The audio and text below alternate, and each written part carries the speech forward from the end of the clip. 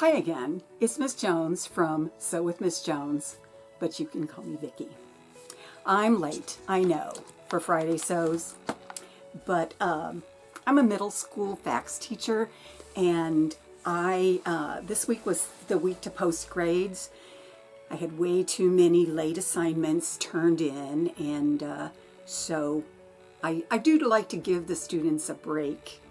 I am teaching totally virtually this year, and it is so different both for me and for them to take family and consumer science classes online. Very, very different. So what have I been sewing this week? If I look off to the side, it's because I'm referring to my notes. I am still procrastinating. I heard that term on another historical sewers YouTube channel, and I don't remember which one it was, but when I do remember, I will come back and put it in the notes below. Instead of working on my Mr. Darcy shirt, which I am sewing completely by hand, and I have quite a bit of it done, but it's still in big pieces. 100% linen, Regency style shirt. I think it's going to be so cool when I get done. I'll almost look like a pirate. So instead of doing that, I decided that I was going to get started on the Lizzie Bennett natural linen jumper that I'm going to make. This is the one that Keira Knightley wore in the 2005 version of Pride and Prejudice. Yeah, I know. I don't look anything like Keira Knightley, and I don't have her shape. So I'm having to do quite a few modifications. I'm using the Sense and Sensibilities romantic dress pattern, which if you are into historical dress at all, it's a Regency style dress, so high-waisted, and it has several different necklines and different sleeves that you can do. So it's a really nice overall pattern, and it does have a jumper pattern, so that's what I am modifying. I did a mock-up of the bodice last Saturday, and it fit just fine. I had to do a couple of little tweaks to it, and then I went ahead and cut out the linen and hand basted it all together, and then got it all sewed. It looks really good, and I think it's going to fit really well.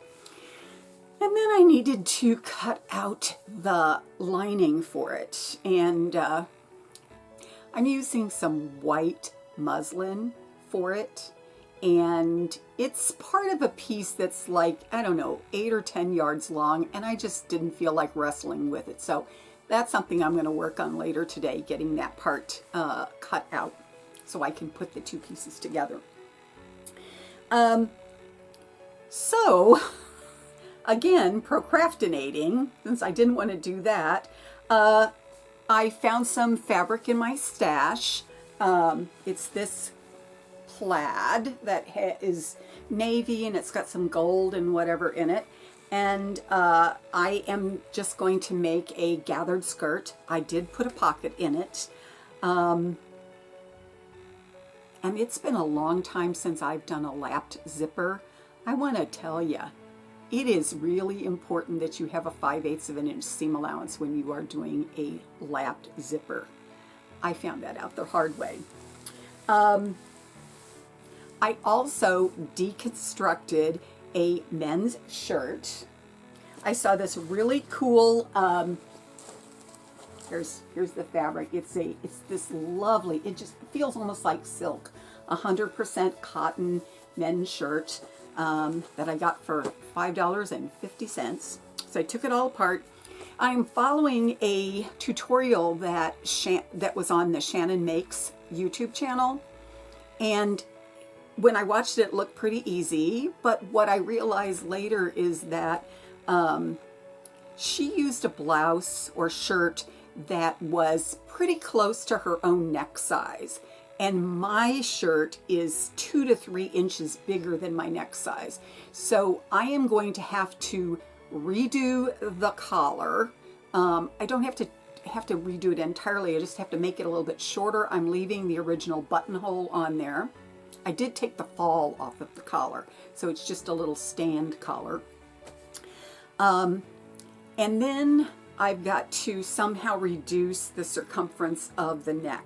And I think I can do that by changing the position of the yoke on the front. Then I'm going to do some tucks in the front to give it that blousey look. Sew up the sides, put the sleeves back in because they are fine, and we'll go from there.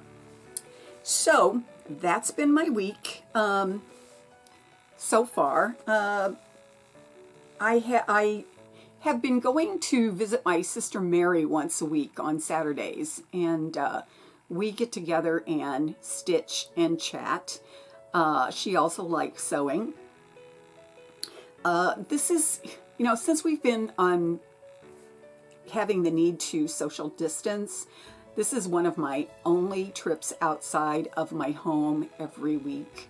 I live by myself, so it's pretty isolated here, and I don't know if anybody else is in that situation, but if you are, you understand what it's like to be, at home all the time by yourself. I do have my dog, but, and she's sitting right here by me, but she's lovely company, but it's not like having another human to talk to all the time. So that's been my week, and if you liked what I was sewing this week, or interested in my journey that I'm making, or if you want to learn more about sewing, because I plan to do some technique tutorials, please like, subscribe, and hit the bell for notifications. See you next week. Bye for now.